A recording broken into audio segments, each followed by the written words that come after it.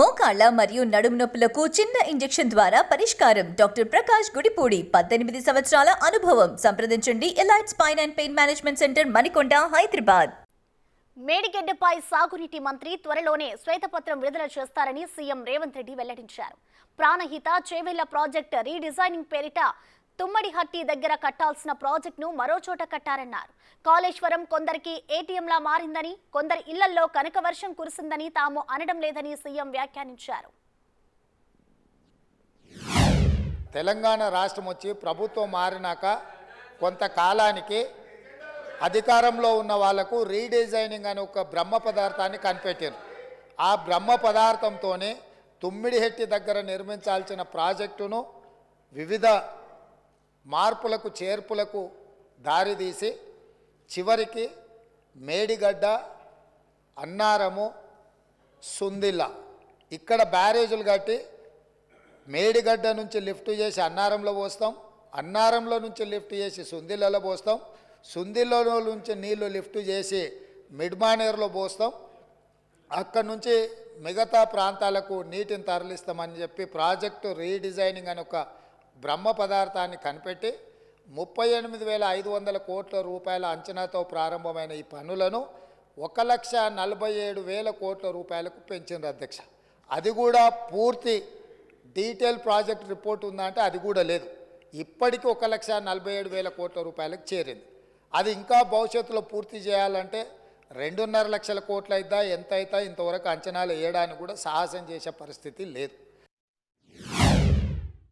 సరే, అంచనాలు ఎట్లా పెంచిండ్రు, ప్రాజెక్టు రీడిజైనింగ్ ఎట్లా చేసిండ్రు, సాంకేతికపరమైన అంశాలేంది, సాంకేతిక నిపుణులు ఇచ్చిన ప్రాజెక్టు డిజైన్ ఏంది, దాని తర్వాత జరిగిన నిర్మాణం ఏంది, నిర్మాణం తర్వాత జరిగిన నిర్వహణ ఏంది, ఇవన్నీ ఒకెత్తైతే ఈరోజు మేడిగడ్డ బ్యారేజ్ అనేది కుంగిపోయింది అధ్యక్ష.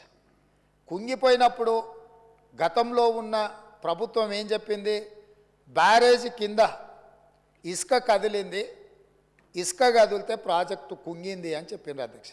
నేను తమరి ద్వారా అడుగుతున్న అధ్యక్ష, ఇసుకలో పీకమేడలు కట్టిండ్రు అధ్యక్ష.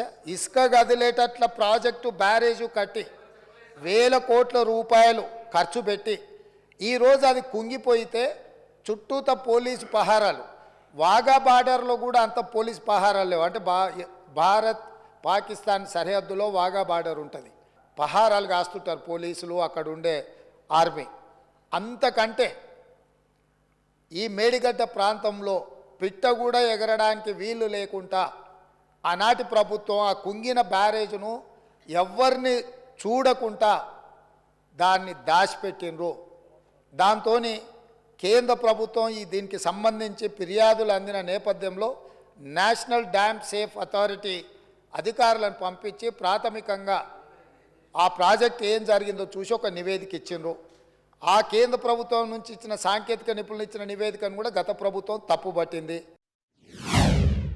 కాంగ్రెస్ అధికారంలోకి వచ్చిన తర్వాత అక్కడ జరుగుతున్న పరిణామాల నేపథ్యంలో కొంతమంది అధికారులు ఆఫీసుల నుంచి ఫైల్స్ మాయం చేసిందని టీవీలలో, పేపర్లలో పెద్ద ఎత్తున వచ్చింది. తక్షణమే ప్రభుత్వం తేరుకొని విజిలెన్స్ అండ్ ఎన్ఫోర్స్మెంట్ అధికారులను మీరు ఆ ఫైళ్ళు మాయమవిన ఏమి మాయమైనాయి, ఎవరు మాయం చేసిండ్రు, అదేవిధంగా మేడిగడ్డ, అన్నారం ప్రాజెక్టులలో జరిగిన అవకతవకల మీద మీరు ఒక నివేదిక తయారు చేయండి అని చెప్పి ప్రభుత్వం ఆదేశాలు ఇవ్వడం జరిగింది. సాగునీటి పారుదల శాఖ మంత్రి ఉత్తమ్ కుమార్ రెడ్డి గారు సూచన మేరకు ఈ ఆదేశాలు ఇచ్చినాం. వాళ్ళు పూర్తి స్థాయిలో వీటన్నిటిని పరిశీలించి ప్రాథమికంగా ఒక నివేదిక ఇచ్చారు.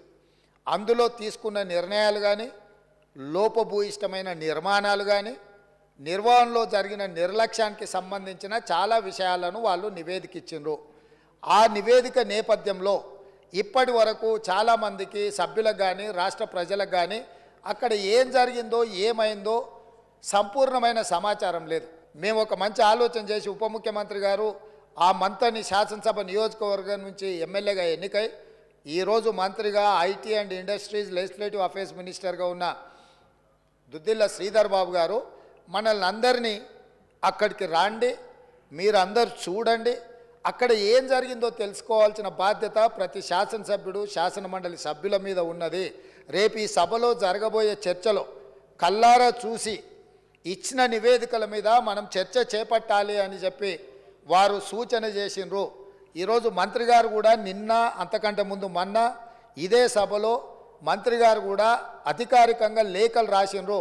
ఇంక్లూడింగ్ ప్రధాన ప్రతిపక్ష నాయకుడు కల్వకుంట్ల చంద్రశేఖరరావు గారికి, అదేవిధంగా భారతీయ జనతా పార్టీకి, ఎంఐఎంకు, సిపిఐ సభాపక్షాలకు అందరికీ కూడా ఉత్తమ్ కుమార్ రెడ్డి గారు లేఖ రాసి ఈరోజు 10 గంటలకు సభా సమావేశాన్ని ఏర్పాటు చేసుకొని దీని మీద ఆహ్వానం పలికి ఆ తర్వాత మనము అక్కడికి బయలుదేరదామని చెప్పడం జరిగింది అధ్యక్ష.